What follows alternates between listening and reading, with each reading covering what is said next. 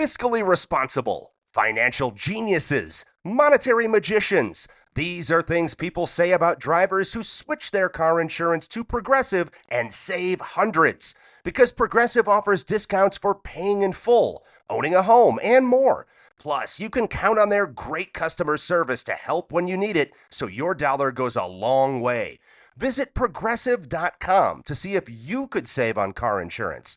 Progressive Casualty Insurance Company and Affiliates. Potential savings will vary. Not available in all states or situations.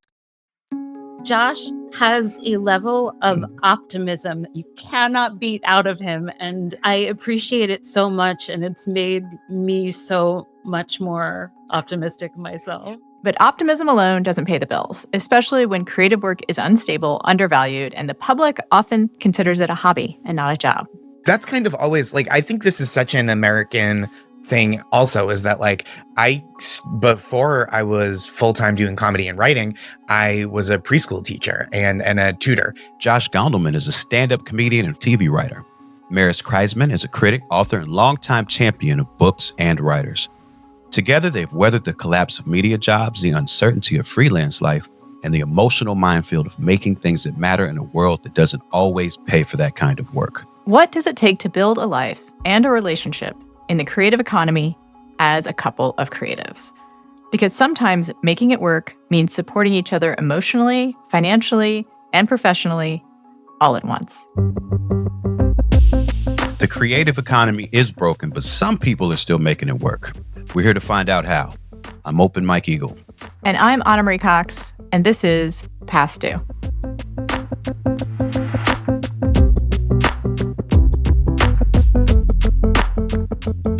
I think I'm drinking the same Spindrift, but from Spindrift solidarity. From a cup instead of a... I love it's my favorite flavor. I have it delivered by the case every month. Lime? Which one is that? Lime? Does it have little... It's Nojito. Yep. Oh, Nojito. Little mint in there. Yeah, that was my total favorite. Okay, so welcome. Thank you for both for being our first Hydra-headed guest. Sharing headphones like 17-year-olds on a second date in 1996. Completely appropriate. How long have y'all been together? 11 years? 11 years. 11 years. All right. Married for 8. Wow. Yeah. Impressive. We usually call ourselves the divorce pod, but that's not the case. Today we're a marriage pod. Well, I think we're more like team marriage versus team divorce, maybe, maybe it's like Double Dare, If you'd like, we can share a list of people who should get divorced. Yes. Yeah. But y'all shouldn't. And that's one of the things we're going to talk about, actually, is being creatives together, right? Both of you in industries that are precarious and that have seen even more precarity in the past few years. The question we like to start out with is be slightly different for y'all, perhaps, which is, when's the last time you worried about covering your expenses for the month? And I guess for you, that would be as a couple, but feel free to also, before you got together, it might be interesting as well. Something to think about. I am so grateful to Josh for covering a lot of my expenses, because if I was doing this alone and just freelancing, I would be living at home in New Jersey with my parents, I think. And I think we've been really fortunate to be pretty steady financially for the last several years. But the thing that I think about a lot is health insurance, which we've been really fortunate to have through the Writers Guild of America East because of the last several jobs that I've had that were full time. But between the last long-term job I had ending and then the strikes, it's been a while since I've been in a writer's room. So we're I think about to start coasting on earned coverage points from just how long I had worked steadily in the past. So it's we really lucked out with that, and lucky for some timing reasons, but also an immense gratitude to the labor unions, both generally and specifically. Yes. And I should mention that before we got married, I had never been able to work on my writing full time because I needed a full-time job to have health insurance. So that was a bit of freedom that was really exciting at first and then very scary. My first marriage, we got married when we did for health insurance reasons. It wasn't that we got married in order for me to get health insurance, but we got married fast. Like once we got engaged. We talked about doing the same thing, because I think I tried to figure out if a New York civil union, like we lived together, would work for our health insurance program, and they were like, you sign a contract or not at all. So my first marriage, what happened was I lost my job. I got laid off from inside.com. I don't know if anyone here is old enough to remember inside.com. And I got engaged to my husband, and then he got a job at the Washington Post, where we researched it, and they did have insurance coverage for domestic partners. And we were like, whew, don't have to like hurry, right? Like we can just maybe not get married right away, be able to take some time. And the response from HR was, no, that's just for same-sex couples. If you can get married, you have to get married. Interesting. Wow. That's cool that they extended that benefit to same-sex couples. Anyway, so we have talked on this podcast before also about, you brought it up, Maris, how it is hard to create without stability. Like just hours in the day, number one, but then also mental space, psychic space, emotional space. So is that something you feel like you give each other too? It's not just like, oh, I have healthcare and therefore I don't have to have a full-time job, but like I can just focus. Josh is so much better than I am at being able to focus while also doing 100 other things and balancing his laptop on his belly. And when I was writing my book, I had to go to a place. I think, though, that we're good in terms of not interrupting each other. She's better at that than I am. I'm a really bad interrupter. She's giving me a grace for that. But I do think we also like giving each other the space to do creative work in terms of like, one of us is like deep in focus for a project and the other one walk the dog or that kind of thing is like, I think we both try to be really accommodating to the other about that. You mentioned one of the important resource points for y'all was the insurance. It came a lot through writing gigs. And like you said, between the strikes and the general contraction of that industry, like the outlook is sort of rough on writing opportunities. Like looking forward, do you feel like the path that y'all are on right now is still going to be like financially stable going forward if you have to think of a future without writing gigs? I always just assumed that I was in books and media and Josh's career in television would be the stable thing that kept us afloat. Right. Yeah. And I don't know. I think it's something I really think about a lot because we have a little bit of runway just to like stay on the insurance that we're on before it goes to like Cobra. And then it's so expensive. I don't want to sound like I'm blaming the guild or my past employers for that. This is like an America problem and like a big entertainment industry problem. And so it definitely has occurred to me like, oh, maybe this work isn't as abundant as it was when I started doing it, 10, 11 years ago. Yeah. So it's definitely something I think about. And it's like, there is other stuff that I do that is like industry related, but it doesn't provide the same level of stability and like support. Like the benefits aren't there, like you the benefits. When I can tour a little more during doing stand-up if I have to, and like, or if I want to, which I did for the last couple of years and was really wonderful. But like that still like whatever money comes in, those benefits and stuff are coming out of pocket. And I, as a freelance writer, book coverage has almost entirely disappeared at this point. And the freelance rate has actually gone down over time rather than up. So that is worrisome for the future of this endeavor. 25 years ago, when I was first starting out, $1 a word was considered, that's great. That is really, really good. And that means you've made it as a writer.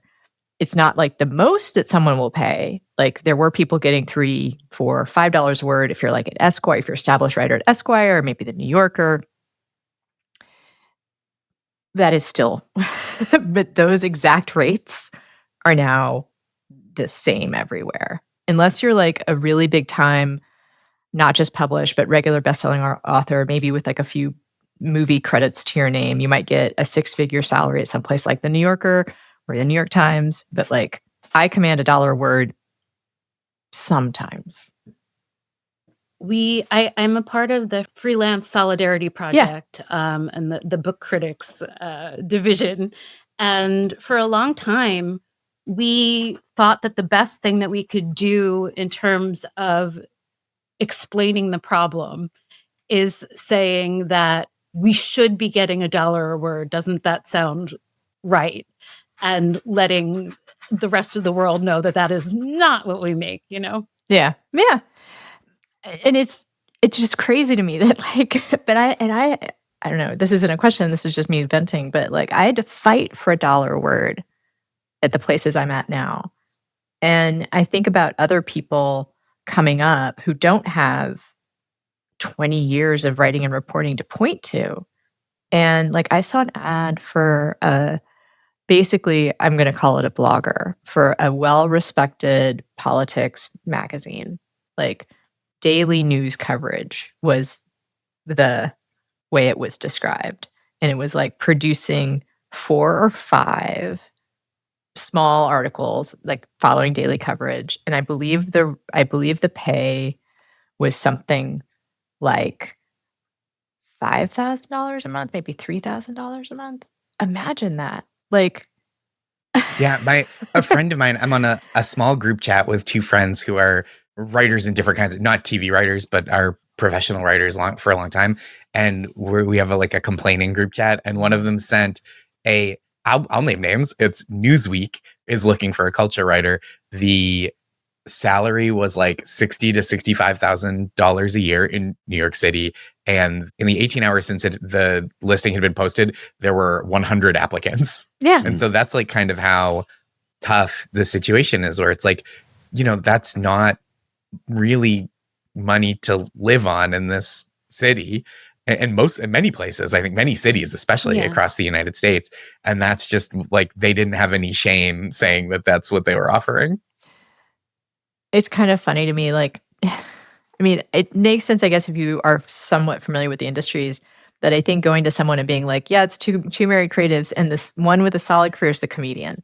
Like, well, that's kind of always like, I think this is such an American thing also, is that like before I was full-time doing comedy and writing, I was a preschool teacher and a tutor, and I lived in Boston, and I worked just outside the city in the suburbs. And the money I was making I think I was making somewhere like between teaching 3/4 time, tutoring 8, maybe a little, around 6 to 8 hours a week, and then doing stand up at like kind of a local professional level. I was probably making like $40,000 a year in like 2010, 2011.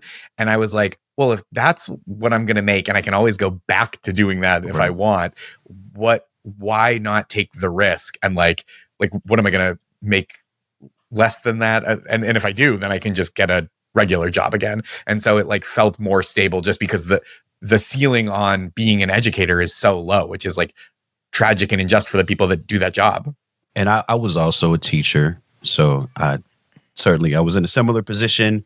I was making like $36K a year when I got laid off, and then sort of started my creative work from there. But when I got into making music, it was still at the time when, even as an independent artist, you were making $10 a unit selling CDs. Yeah. And so if you did that, you sold a few thousand CDs a couple times a year, you were making a pretty good living. And of course, now it's gone to streaming. So it's a similar arc in terms of what you were talking about with like the writer's rate, where it's just not nearly as dependable to make a living from.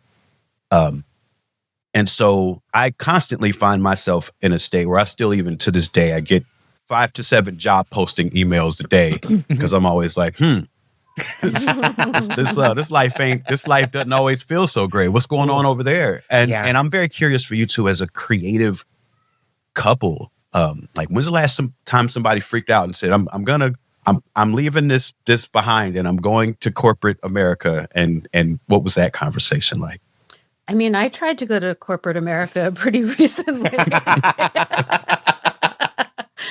to do, book related things, but still. And I think I'm at an experience level now where I don't know if I'm ever going to have that kind of job again. I don't know if I'm overqualified. I never succeeded in the corporate world in that way.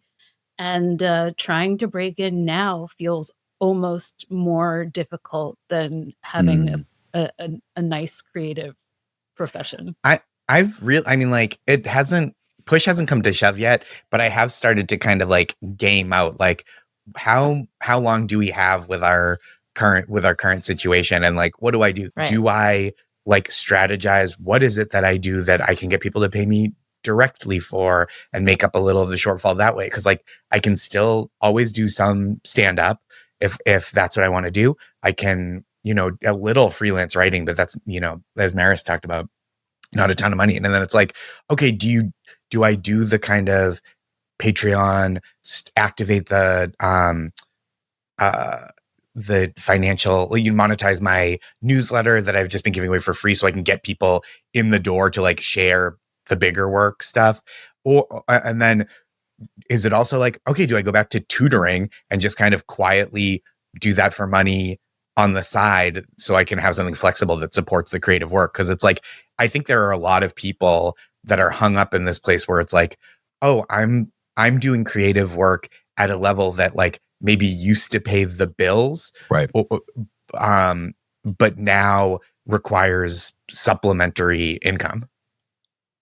Are you in a space where you are leaning in any one of those particular directions, or are you just like priming yourself to maybe have to do it all? I think I'm a little bit thinking about how to do more and do it all. And I mean, that's truthfully one of the reasons I wrote a book, was just to have my own thing to work on this entire time. And I just signed with a speaking agent, and I hope that will be something. And if not, I will help people self-publish their shitty memoirs. You and I should talk, actually. Not because I need a shitty memoir self-published, but because I mean, it's one of the things that I plug and that I've found some stability with is doing memoir writing workshops. And there are ways for me to be cynical about that, but it's also kind of beautiful. I think that sometimes the way that it gets worked through, people really have like a growth experience, and there's some humility once people actually embark on the project.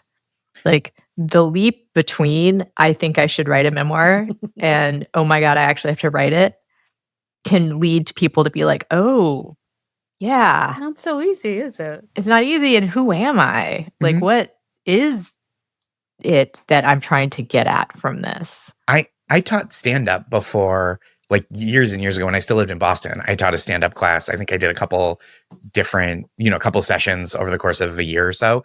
And I think there's like a little bit, I think like you're saying, there can be a cynical, like predatory way to teach people the creative work. But like, I have a friend who's done this for years, my buddy Dan, who lives in Boston, and he's a really funny comic and he teaches these classes. And after level 1, he tells his students, like, if you want to come back because you like the experience of the class and this like creatively stimulates you, like, great to come to level 2. But honestly, the best thing you can do, even if you're going to do that as well, is to go out there and perform and write and perform and write. And like, what I taught you were the tools you need to like get off the couch, right? It's like couch to 5K, but there's no like couch to 5K to marathon. So it's like, just go like run, like that. Yeah.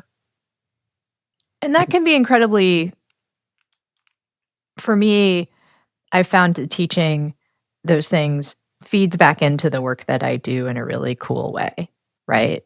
And I do try to, do try to distinguish between, and I'm curious, Maris, what you think about this. I don't guarantee people they're ever going to get published, right? Oh, no, Like you can't. there are speaking of predatory practices in the writing world, there are people that are like, if you take my class for X $1,000, I will help you get published. And I have people in my class sometimes, like I have office hours, and I had someone do office hours with me, and they were like, all right, so next step, like, how should I pitch agents? How should I pitch editors? And I was like, I am so sorry, but that is not something I'm even comfortable giving you tips on, really. Because I could do that. I could well, give tips on those the things, tips thing, but the way I draw that line, because like I'm having trouble. Like, yeah.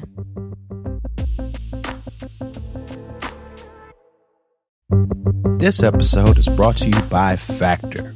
Cold days, big goals, absolutely zero interest in cooking? Factor makes healthy eating easy with fully prepared meals designed by dietitians and crafted by chefs. No planning, no grocery math, no what did I buy this ingredient for? I love that Factor has quality, functional ingredients, including lean proteins, colorful veggies, whole food ingredients, and healthy fats. And there's so much variety. Over 100 rotating meals every week, including the new Muscle Pro meals, if you're doing strength stuff. And they support your diet, whether it's high protein meals, Mediterranean, whole ingredients, healthy fats, or more. Plus, there are no refined sugars or artificial sweeteners. I've looked for something like this for a long time, and Factor really is the best.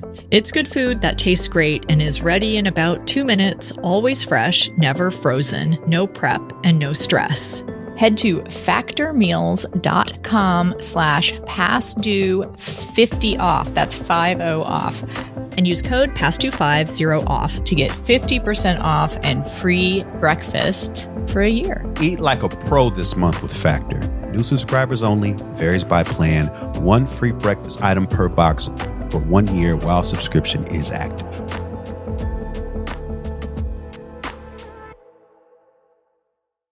The Ozarks, it's more than a place, it's a feeling. Here at Silver Dollar City, it's the feeling we get from creating, discovering, and putting on a show. It's that powerful spark we get from exploring something old and experiencing something new. Plan your visit to America's #1 theme park today. Silver Dollar City, the heart of the Ozarks. There's this emerging conversation that's happening with all of us right now about the businesses that we're in. And I'm curious for you too, similar industries in that they're both creative, but very different. Have there been any sort of transferable business lessons you've learned from each other? Ooh. Oh, that's a great question. Well, when I wrote a book years ago, Maris was so helpful navigating the book world, which is different than the comedy world and the TV world, and has its own like kind of customs. Like when you host a book event, almost like if someone goes, I have a book coming out, would you read my book and interview me at this bookstore, and they'll sell your book too? That doesn't pay. The like event doesn't pay usually. And so it's like you're kind of doing it to move copies of your own book, which isn't guaranteed. But it's like, to me, you go, if I'm doing homework and showing up to a thing and doing a live performance, that's a paid gig. And I kind of had to like eat it a little bit. But also when I had people do it for me, like I had someone, I asked a friend to interview me when my book came out, which is deeply humiliating. To be like, will you ask me questions about me? I've been there. Yeah. I like paid out of pocket because I was like, this is the culture that I'm trying to set, with this kind of stuff. But I definitely learned so much about navigating that world and like what matters and what doesn't, and what feels good but doesn't move the needle versus what seems like not important but is actually super important. And I guess that was the example I was going to use too, but I'll take it from a different angle and about what comedy has taught me about my time, which is Josh was, I think, looking to do events as if they were comedy sets that you could just run into the club, do your 10, 15 minutes, and then run out because you had other things to do. And readings for me were a thing that you went to all night. That was the thing that you were doing. Maybe there'd be something afterwards, but interesting. And learning things on the fly. I'm learning more about me. I didn't realize that's what I was giving off. I know that you like are invested when you are at a literary but event. It's nice to know that I don't always have to be, that there are some times when doing the thing is important and still worthwhile, even if I have to bounce right afterwards, you know? I wanted to offer all three of you that if you need someone to interview you in Austin, Texas, I am more than happy to show up at your event and do it for free.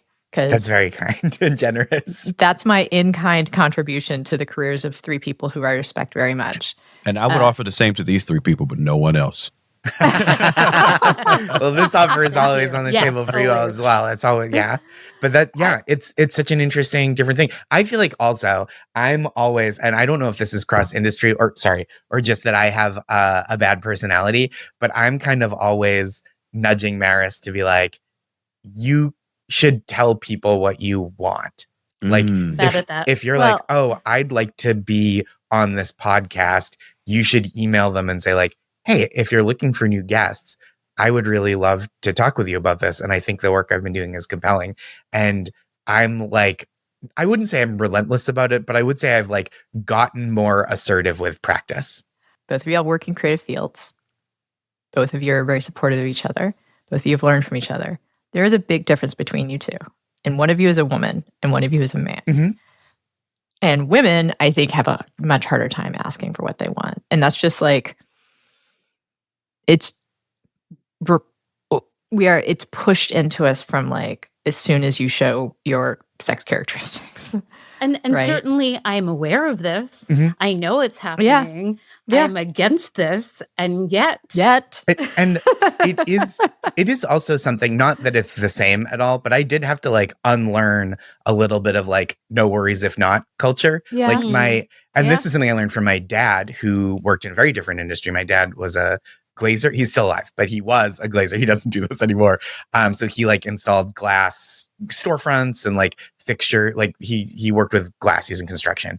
And I remember like, I could ask him for like some business advice where there's sometimes he would go, does it work like this? And I would go, it doesn't. It's just mysterious and people are weird. So you can't do the straightforward thing. But other times he'd be like, this is the one thing that I've taken from him that, gave to me that I'm like, oh yeah, this really holds, is that you don't have to go like, it's cool if not. It's like, he goes, they'll know it's cool to say no. Like I am not a powerful enough. Permission. Well, it's like, I'm not a powerful enough person that anybody feels like they can't go like, oh no, thank you. Like anyone that I'm asking for things will be like, if it's inconvenient, they'll go, I don't want to do that. And then they won't. Also asking for more. I've had to unlearn that I'll take whatever. Like if this is how much I mean, I thought I'd made it. I thought I'd made all this progress when I started asking for my value. Mm-hmm. Like, this is what I want, right? This is how much I think I'm worth. It took me even more time to unlearn, but it's okay. Like, if you can't afford that, right?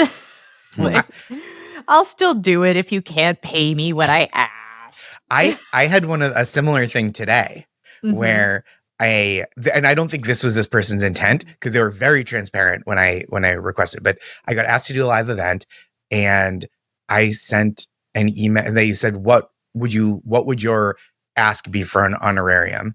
And I said like, well, tell me what your budget is and we'll see if we can work for there. Right. Because if you don't, I'm going to come in with a big number. Like I'm going to ask you the top end of what I've ever gotten for a gig like this to see if you have that money. And you're going to run away because if it's more than you said. So like what the more curt way of saying what I was trying to say was, don't ask me to lowball myself, but feel free to give it a shot. And so I said like, what do you have? Because I think like, there are some gigs, and this was one of them that I was like, I'll do this not for top dollar, but if you have top dollar, I would like it. I would like top dollar. Yeah. So he goes, oh, sure, here's the budget we have for this event. There's going to be 2 or 3 people. And I was like, cool, this is like very workable. But like, I didn't want to come in going like, give me $10,000 for this 30 minutes of work. I mean, if he was like, I was thinking 500, because if he was thinking 500, I'm going to say no, but you tell me that up front. That's polite, Mhm. And then Josh read the email to me before he sent it, which I think is a part of our collaboration. Yes, that's true. So y'all do all do that a lot? We do that a lot. Run those Yeah. communications past Yeah. each other? Yep. Well, I'm curious. Well, and I just have a general question, I guess, about when you're in a marriage partnership, you're basically sharing everything. So sharing the finances and sharing the economic precarity. And like, is there one of you all who's like more anxious about things than the other, or like how do those dynamics work between you? Josh doesn't want to say because that you're the anxious one. I will say it. I think that's true. I would only say it because I think you would say it as well. Oh, absolutely. And Josh has a level of optimism that you cannot beat out of him. And I appreciate it so much. And it's made me so much more optimistic myself and able to look at the good side. And I think some of it is like, I'm also more okay when things are a little bad. I am not okay when I'm a freaker outer. I wonder if any of that can be traced to, I just don't know this about y'all, which is what kind of circumstances you grew up in. Because something that's come up on this show before is having a history of financial precarity in your household, and how there is a kind of like financial trauma that happens for people. And so do you think you have different backgrounds in that regard, or are you carrying kind of different weights about that? Yeah. I grew up we weren't like lacking for necessaries, and we had, we did fun stuff as a family, and like I had like the some video games and stuff. Like we weren't like in a bad situation, but my parents definitely were like they've historically been very prudent with money. So if there was stuff that was like expensive that I as a kid was like, could we do that? They would, there was plenty of stuff that we like didn't have the money to splash out on at all times. So I think, and that felt like, I feel that way now. And I think like sometimes I am also maybe like a little more careful than I could be, and which is great. After like we didn't buy an apartment. That's what I was going to say too. 4 years ago. I had a really big year in 2022 working for 2 shows for like both big chunks of the year. And we kind of had this talk of like, does this money go towards an apartment, or do we anticipate maybe like the next year isn't going to be like this? And I think we made the right choice in going like, this is better as savings than it is as like a house that you can't chip away at and pay bills with little by little. Yep. As the person who bought the house. Yeah. There are times, I mean, yeah, especially I think for you in New York, it seems like that was especially wise decision. Yeah, totally. I mean, like we could have spent all the money we had to live in an apartment slightly worse than the one we live in and not have any savings. And it was like, okay, well, this seems like a bad deal, so we're not going to do it. And what about you, Maris? Like, what are you coming from? From a financial perspective. I think, solidly middle class, didn't really want for anything.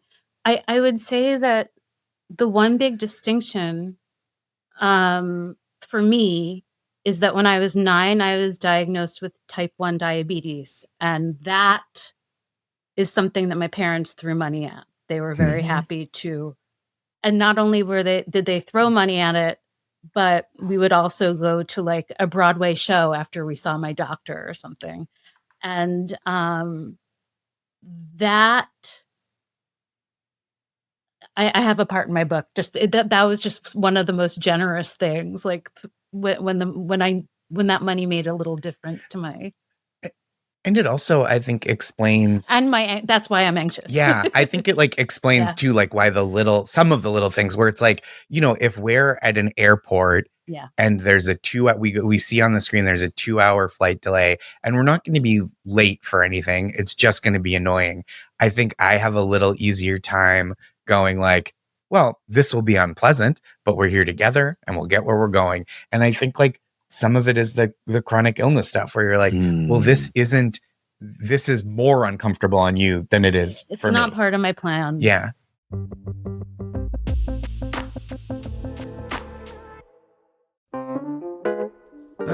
Are you stuck staring at your W-2? Are tax refund worries holding you back? You probably have FOMO, the fear of messing up. The fix? Using TurboTax on Intuit Credit Karma. They find every credit and deduction to help you get every refund dollar you deserve. Or your money back. It's time to overcome your fear of messing up and get your taxes done right. Start filing today in the Credit Karma app. I just got up there and I was just like, oh my God, thank you.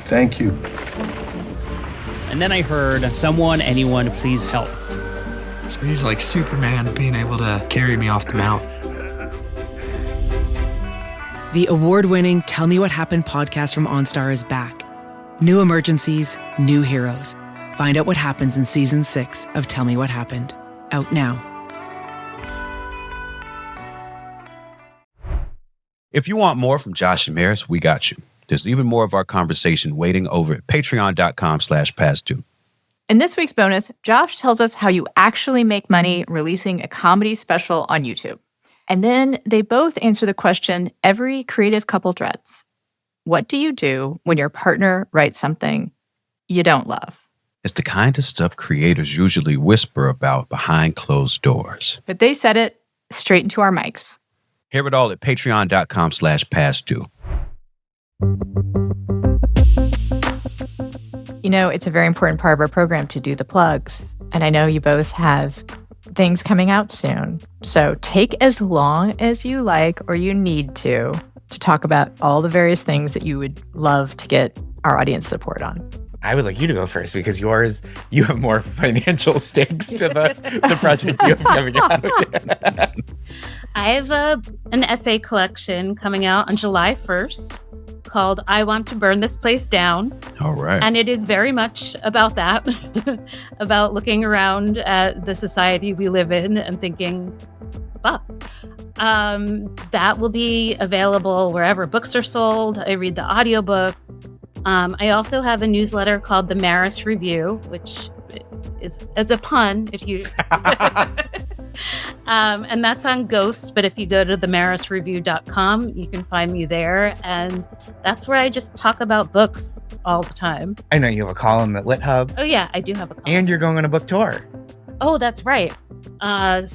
In July. Mm-hmm. You can look at my website, mariskreizman.com/events, and you can find my whole schedule. You're going to New York and Boston and Los Angeles, San Francisco, Minneapolis, Josh DC, also knows more about Providence. He knows all the dates. I know all the dates. He does. Catskills. Like I said, if you come through Austin, it's a big book town. So. I know. I will be there for the Texas Book Festival in November. I guess you probably already had someone interviewing you for that, but I have not been assigned anything so far. Here we go. I'm just saying. It's all happening. Like, I would love to do that, but I also know that they have their own operation. I'm not trying to step on any toes at the Texas Book Festival. We're gonna get you a paycheck, Anna. That's right. There we go. I would demand that they pay me. That's right. Yes. Top dollar. That's right. Yes. Top dollar. Take it from Josh. That's right. And I have a new stand-up special coming out on June 27th on YouTube, on the YouTube channel of the record label I work with, Blonde Medicine. It's called Positive Reinforcement. I recorded it last year in Brooklyn. I'm really psyched for people to see it. It's been kind of a long time to get it out into the world. So I'm really excited and a little antsy for people to see it. And that's June 27th, 8 p.m. I'm going to be live in the chat. And then afterwards it will be available in perpetuity. But that's that. I also have a newsletter called That's Marvelous, joshgondelman.substack.com. It's pep talks every Monday. It's free. And then that you'll get my stand-up tour dates in there too. I have a couple coming up. And then I guess co-host a show first and third Mondays of the month at Union Hall in Brooklyn if you live near there. I think that's all of it. That's very fun. The special is so great, and I Thank can't you. wait for That's other really people to nice. see it. The book is really great. I have a couple of specific plugs. So, yeah, I think everyone knows how much I hate Substack.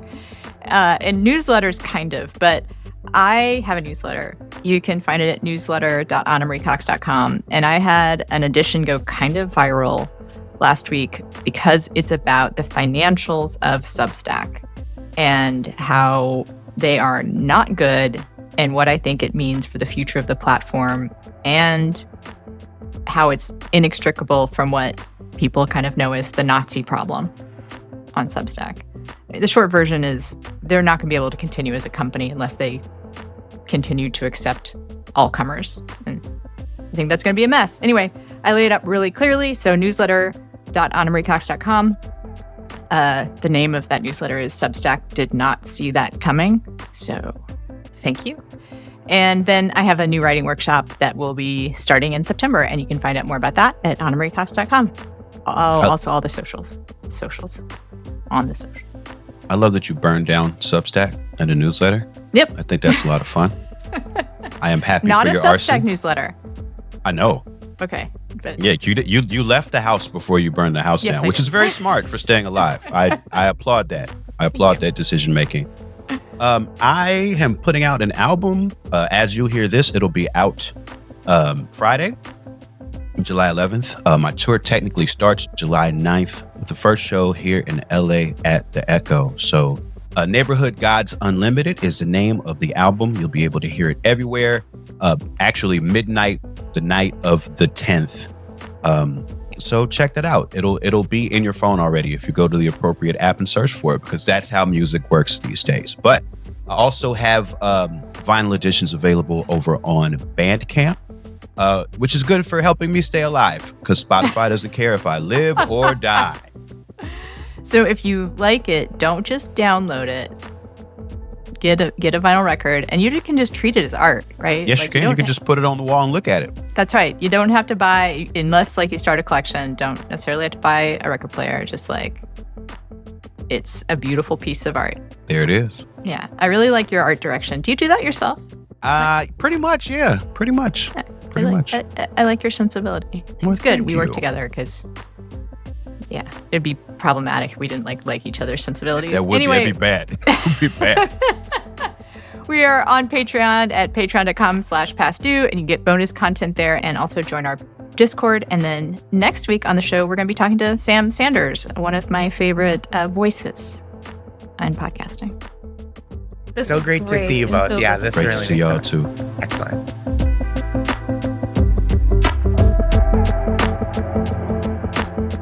Past Due is hosted by Anna Marie Cox and Open Mike Eagle. It's produced by Andrew Steven.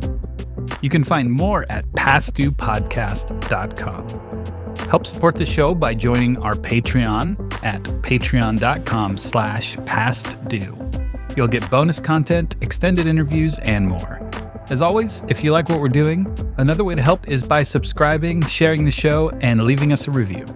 Thanks for listening.